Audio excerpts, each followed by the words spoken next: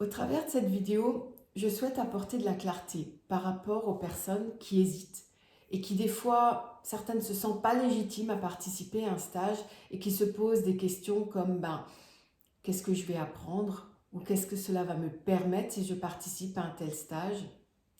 Si cela est accessible à tous, comment est-ce que cela se déroule? Avec quoi je repars?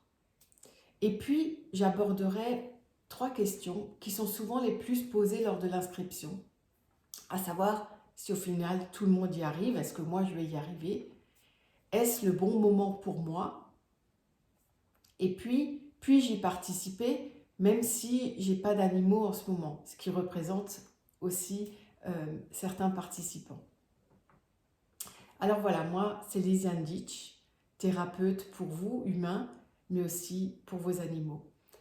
Et cela fait plus de 15 ans que j'anime des stages en communication animale, essentiellement dans le Grand Est, aussi en Bretagne, et plus spontanément, je me déplace à la demande pour en donner. Les raisons qui peuvent vous mener à vouloir participer à un stage en communication animale, alors ils sont multiples, mais en général, ce que moi j'observe avec l'expérience, c'est surtout la volonté d'améliorer la relation avec ces animaux et vivre plus ou encore plus en harmonie avec eux. C'est au-delà si on les connaît bien, clairement, mais c'est encore aller plus loin, comme connaître leurs pensées et leurs besoins. C'est mieux comprendre leur comportement face à des peurs, des angoisses, des agressivités, mais aussi leurs mots physiques et émotionnels. On fait le point sur tout ça. C'est mieux les accompagner pour mieux vivre certains changements dans leur vie, comme les déménagements, l'arrivée d'un nouveau membre dans la famille, que ce soit animal ou humain, la castration, la stérilisation, c'est important de l'aborder. Mais aussi, c'est avoir leur ressenti et opinion concernant leur santé et ce qu'on peut faire pour les aider. Les entendre, en fait, vous permet d'être plus efficace et cohérent au niveau de vos décisions quant à vos animaux. Mais aussi de mieux les accompagner face à la maladie ou quand ils sont en fin de vie, qui sont des moments forts émotionnellement et parfois bousculants pour le gardien. Alors, pour les plus sportifs, c'est aussi la communication animale permet d'améliorer leur performance sportive dans le sens où techniquement, souvent on reçoit des informations, des conseils, des améliorations qu'ils nous donnent pour encore mieux faire ou pouvoir faire. En fait, c'est comme engager la conversation avec un ami qu'on a devant soi et qu'on souhaite encore mieux connaître et mieux comprendre. Car c'est ça en fait qui se joue lors d'un stage. Même si on connaît ses propres animaux souvent très bien, en fait on se donne là les moyens et on apprend lors d'un stage d'aller plus loin. Et vous, il y a encore une autre dimension, c'est que vous réveillez vos ressentis, vous apprenez à décupler vos perceptions extrasensorielles pour être en fait plus en lien et développer plus de complicité avec vos animaux. Alors, est-ce qu'un stage, c'est accessible à tous, à tout le monde? Donc, oui, que ce soit les particuliers ou les professionnels. Et je dirais, quand on est professionnel, c'est d'après moi, c'est juste un plus, une évidence complémentaire à leur parcours. En fait, ce qui se passe durant un stage, c'est que les exercices, il y en a plusieurs, sont ludiques et ils s'enchaînent. Et d'un seul coup, vous glissez dans les communications animales. Et ça se passe naturellement. Il y a peu de théorie, parce que moi j'en ai pas mal souffert, mais il y a surtout beaucoup de pratique et on ira assez loin dans les questions-réponses et votre confiance justement augmentera grâce aux échanges avec les autres participants puisque vous vous exercez sur les participants des autres qui eux valideront justement les communications ou les réponses. Alors comment est-ce que cela se passe un stage avec moi? En fait, je trouve ce stage vraiment très complet. Ça fait des années que je l'améliore.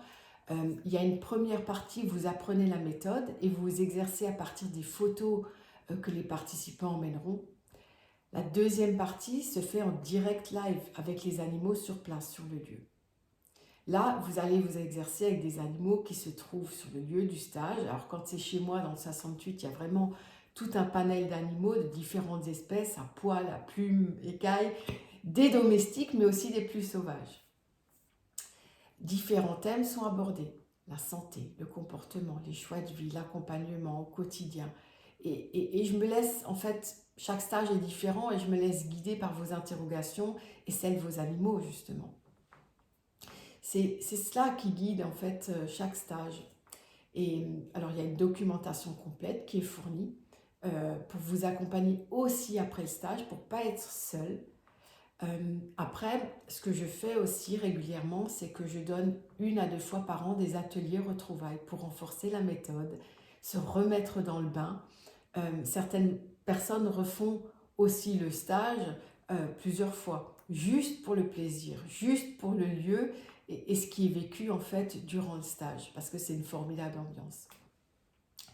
Vous repartirez avec quoi? Des réponses concrètes et pratiques pour vos animaux, une technique et un savoir-faire certain, vos sens décuplés, plus de confiance en vous et un bien-être intérieur. Vous vous retrouvez, j'ai envie de dire. Il y a des messages, des informations concrètes par rapport à vos vies et en général, c'est un sacré apaisement intérieur qui est ressenti. Au-delà de la technique, c'est aussi un temps pour vous, vous l'aurez compris. Un temps fort pour vous ressourcer, partager dans un cadre qui est chaleureux, qui est bienveillant.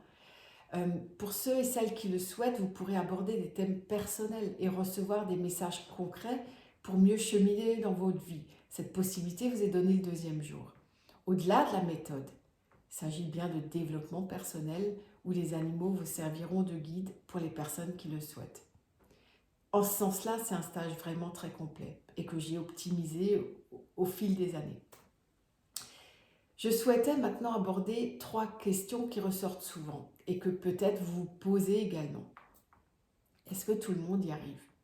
Alors, je donne souvent cet exemple en expliquant que c'est un peu comme si vous appreniez une langue étrangère et que si vous vous rendiez au Japon, par exemple, certaines personnes mettraient 2 jours, d'autres 1 semaine, d'autres peut-être plus pour se débrouiller.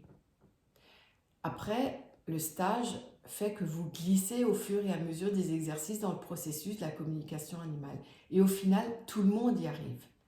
La différence se fera dans ce que vous en ferez et la pratique que vous ferez après.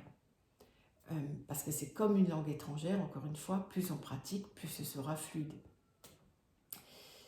Une autre question que l'on me le pose souvent, c'est « je ne suis pas sûre que ce soit le bon moment pour moi, car j'ai pas mal de soucis, j'ai du stress en ce moment. » Et là, je réponds « eh bien, c'est peut-être justement le moment. » De prendre un temps pour soi, de se poser et peut-être d'entendre et d'avoir des éléments de réponse que les animaux qui sont reliés à 100% à la terre pourront donner.